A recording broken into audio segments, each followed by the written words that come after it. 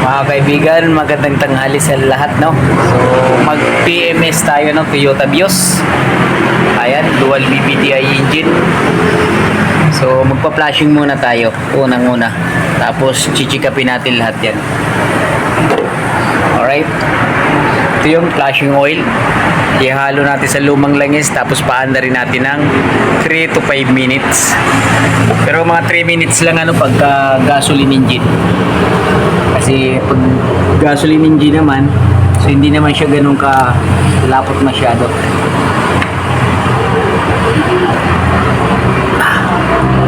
Tigas.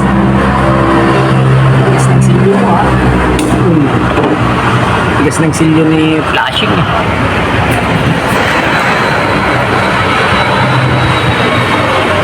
Yan.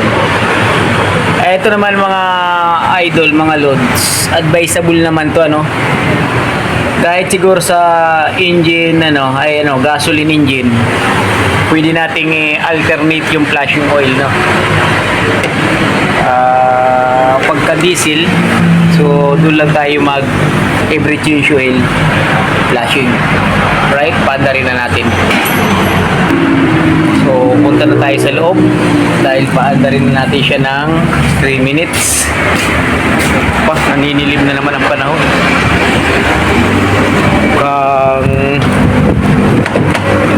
So itong sasakyan na to ay sa isang namin dito,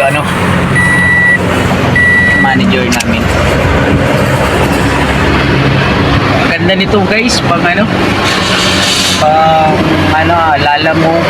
Pwede sa Lalamove to, kotse. Tsaka grab and drive, di ba? Maganda to. Talagang kikita kayo dito. So isa rin to sa mga pangarap natin na ganito, So papakita ko sa inyo yung sige lang. Yung mileage. Ang kanyang mileage pala ay 18,657, Ayan yung milyahe niya. Napakabata pa nito, pero binibiyahe ito sa in-drive, mga kaibigan. Ayan, So papatay na natin ang engine, kasi may 3 minutes na pala. I-off na natin. Ayan, tapos chichikapin muna natin yung mga cabin filter, air filter niya. Punta tayo dito sa makina niya, Boy! Boy! Change wheel ako, boy. Check up. Oh.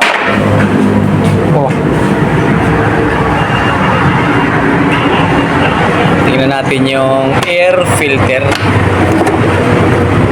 Palitin na to,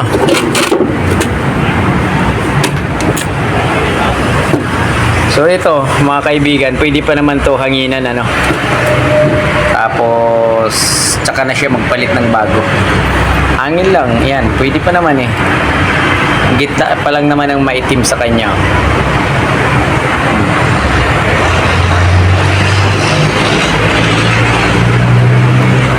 Punta tayo dun sa cabin filter para alam nyo, di ba? Dito yan sa driver side.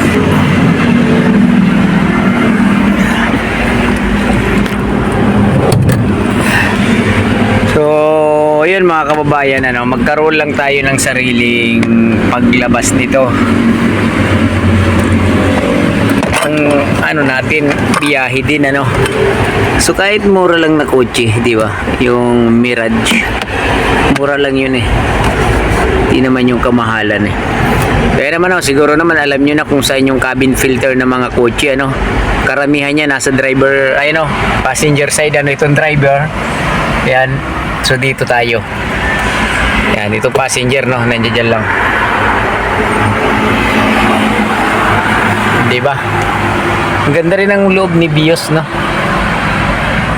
Dapat dito, pag ganito ang negosyo mo, maingat ka sa sasakyan.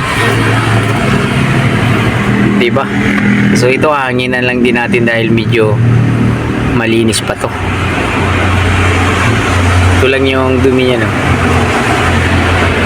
Okay. So ito yung air filter. Ito naman yung cabin filter. Ito ay pwede pa naman itong linisin na dalawa na to, ano. Linis lang yan. Tapos maglalagay tayo ng hangin dito sa dipstick, no? Para mahanginan natin yung langis.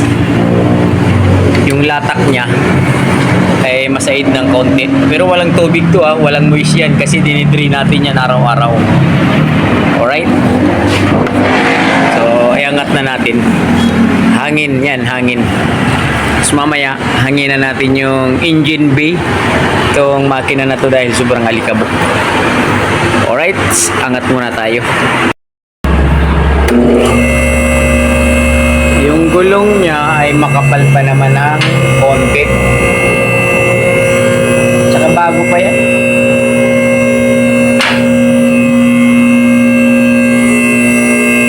Yata natunog yung ating lock, yung safety lock.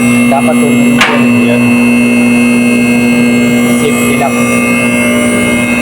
Kabila naman, parang ayaw tumunog na sa kabila. Dapat patunugin natin para balansi yung lock natin ng lifter. Okay, pakinggan natin kung tutunog na parehas. Kanina walang tunog eh. Ayun. Sabihin, sumabay na.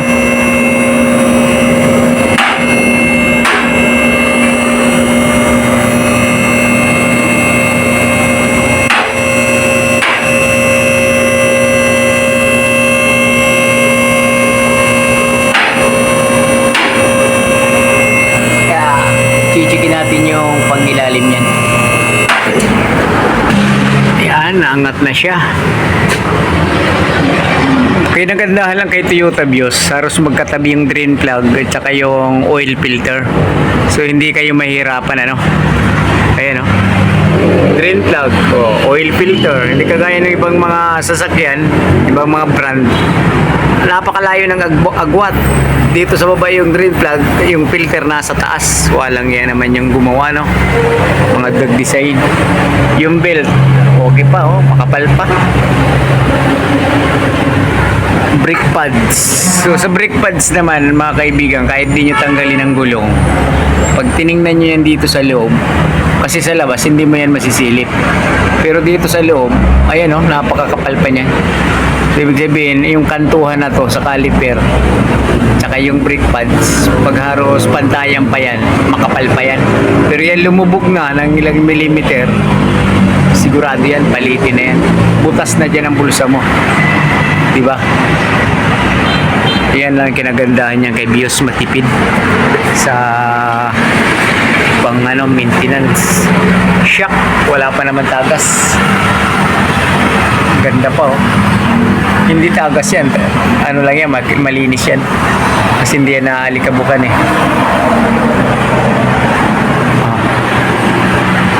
Shock sa likod, maayos pa. Ito talaga yung natama kay Vios, ayan, kayo do sa may ng tambutso. So ayan mga kaibigan, ipopost natin ito sa YouTube, para naman makita ng mga subscriber natin na nag-upload tayo ng Toyota Vios.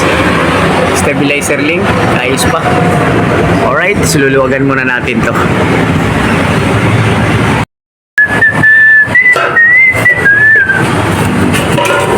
Pulisipul muna tayo. O magdi-drain na tayo. Ay, ginamay ko lang, malambot na siya, maluwag yung tornilyo kasi niluwagan ko na. Ayan, it's a prank lang yan, niluwagan ko na yan, baka isipin nyo maluwag yan, tumulo na sana yan. Uy, may itim na,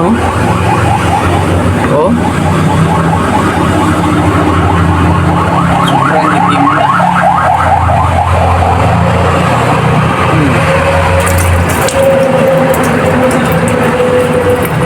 Grabe, itim.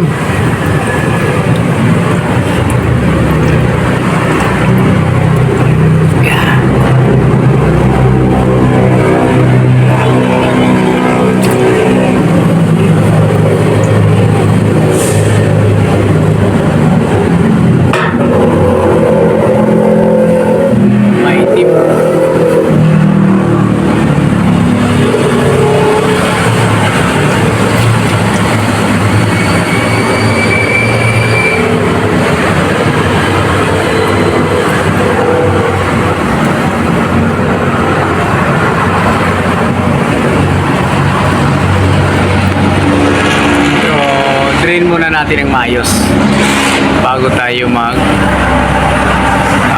check ng mga tornilyo, gulong. Yan. Ito nga pala yung gagamitin nating langis kay Toyota Vios. HX5, for 5,000 kilometers ang tinatagal nito. Tapos Vic C110. Ayan yung oil filter na. Every change oil pinapalitan tong filter na to.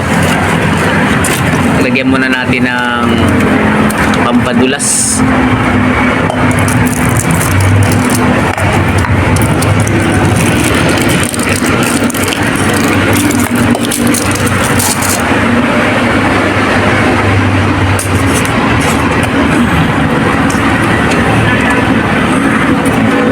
So sa lahat ng nag-change oil, panatilihin yung lalagyan nyo muna yung gasket ng langis. Huwag yung kalilimutan para pag nilagay nyo doon sa pagkakabitan nyo, hindi naman maganit itong pinakagasket, so hindi siya, dudulas lang siya pagka hinigpitan natin.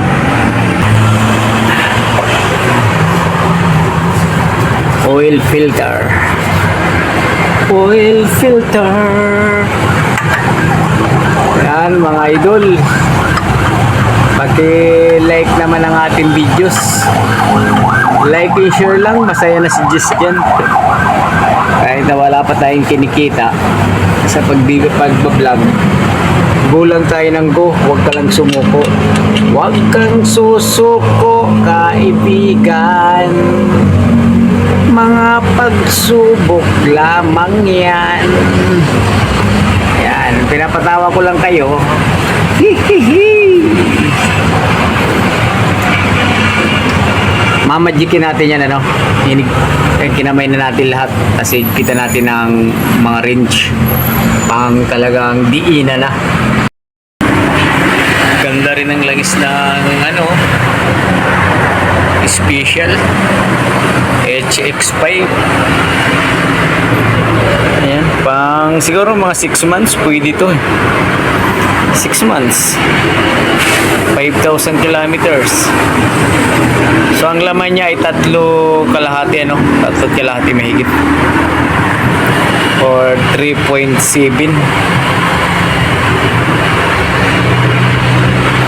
Titirahan mo lang siya ng konti.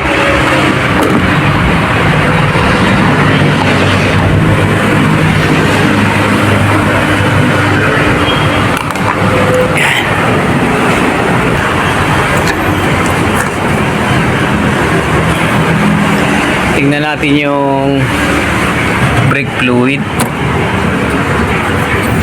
Dami pa. Coolant. Dami pang coolant, puno pa yan. Ayan, sa kanyang full transmission fluid nito, siguro mga 40,000 hanggang 50,000 kilometers pwede siyang palitan. Belt, yan, na-check na natin yan, makapal pa yan. So hanginan natin yung mga filter. Ayan. So ito na yung cabin filter, nahanginan na natin yan. Ayan, malinis na, pati yung air cleaner, yan, di ba? Malinis na yan, kahit na medyo may itim konti, at least wala na yung alikabok. Alright, di ba? So ibabalik na natin. Siguro mga 2 change oil pa, tsaka na to palitan. Original pa yun, Denso. Okay, lagay na natin. Ilagay na natin ang air filter.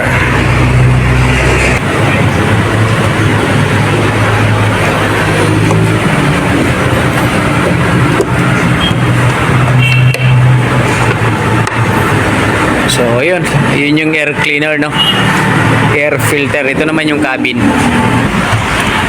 So, sa mga hindi pa nakakaalam, mga idol, mga kaibigan, ito yung cabin filter ni Toyota Vios. Yan, gaganin nyo lang sila. Gaganyan nyo lang, pak. Tapos takip. Ganun lang kadali eh. Oh, di ba?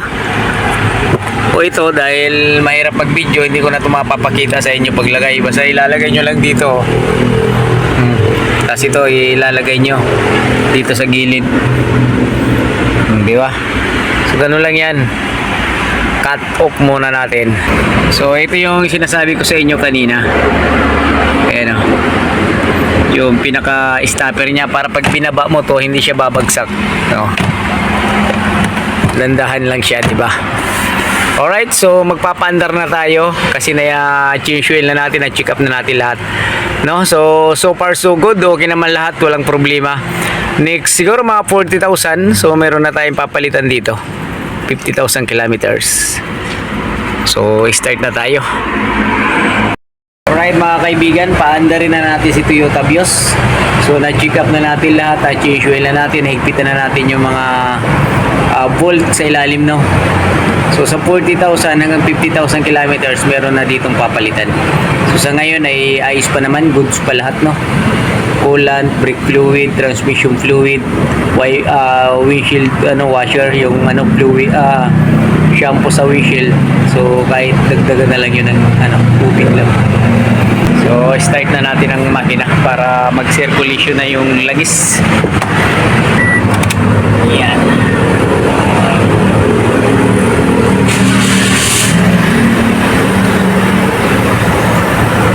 Suwabing andar ni Toyota Vios. So yan mga kaibigan, yan mga loads. Sana naman kahit na hindi nyo gusto yung mga content ni Jess Mechanic, no? Bartolay Jess Mechanic Vlog. So tatlo yung ating dalawa yung page natin, isang Facebook account. So sa Facebook account natin ay Bartolay Jess Mechanic Vlog. Tapos sa isa Jess Mechanic Vlog. Sa isa naman ay CJ Mechanic Vlog. So isang content lang ang nilalagay natin dyan, ano. So sa mapusuan nyo lang mga loads, hindi ko naman kayo pinipersa na i-like, i-share yung ating mga video. Alam ko naman na maraming may ayaw sa mga content natin, di ba? Maraming may ayaw eh. So hindi naman natin sila magpipilit kung talagang ayaw nila sa mga content natin na ganito. So tayo naman kaya lang naman natin ito na-upload sa YouTube, sa page. Kasi nga, para ma-share lang natin yung ating mga ginagawa, no? So hindi naman para, although ando na tayo na umaasa na baka sakaling kumita. So hindi mawawala yun sa isip natin kasi nga napakahirap gumawa ng content, napakahirap gumawa. Kasi itong content natin hindi lang to basta-bastang ginagawa ko mga lods, no? Talagang ginagawa natin to sa mga sasakyan ina-apply. Hindi kagaya ng ibang mga comedy, di ba? Yung mga nakakatawa na content. So ginagawa lang nila yun. Kaya nga maraming nanonood kasi hindi seryoso, di ba? So sa mga ginagawa kasi natin na to, hindi po pwedeng hindi seryosohin mga idol Kasi isasakyan, mahalaga pa to sa ng may-ari. Kasi mas mahal ng may-ari ang mga sasakyan, hindi po pwedeng laro-laro lang ang gagawin mo dito Kaya nga ang content natin mayroong seryoso, di ba? Talagang pinapakita na natin na seryoso yung gawa natin. Hindi katulad ng ibang mga content creator na talagang pang-comedy, as in marami na silang mga views, di ba? Subscriber, kasi nga nakakatawa yung mga content nila. Yun lang, hindi ko naman kayo hinihikaya talaga, pinipirasa na i-like, i-share ang video ni Jess Mechanic Vlog. Di ba? So, nasa puso nyo lang, wala namang masama, di ba? Kung i-share nyo, i-like nyo, lalo na pag-hike, di ba? Alright, so dito na tayo magtatapos ang ating vlog, mga kaibigan, mga lods. Ingat tayo lahat, God bless. Lahat na gagawin natin, ingat tayo, di ba? Ando doon na talaga yung pag-iingat sa lahat. God bless. Jess Mechanic.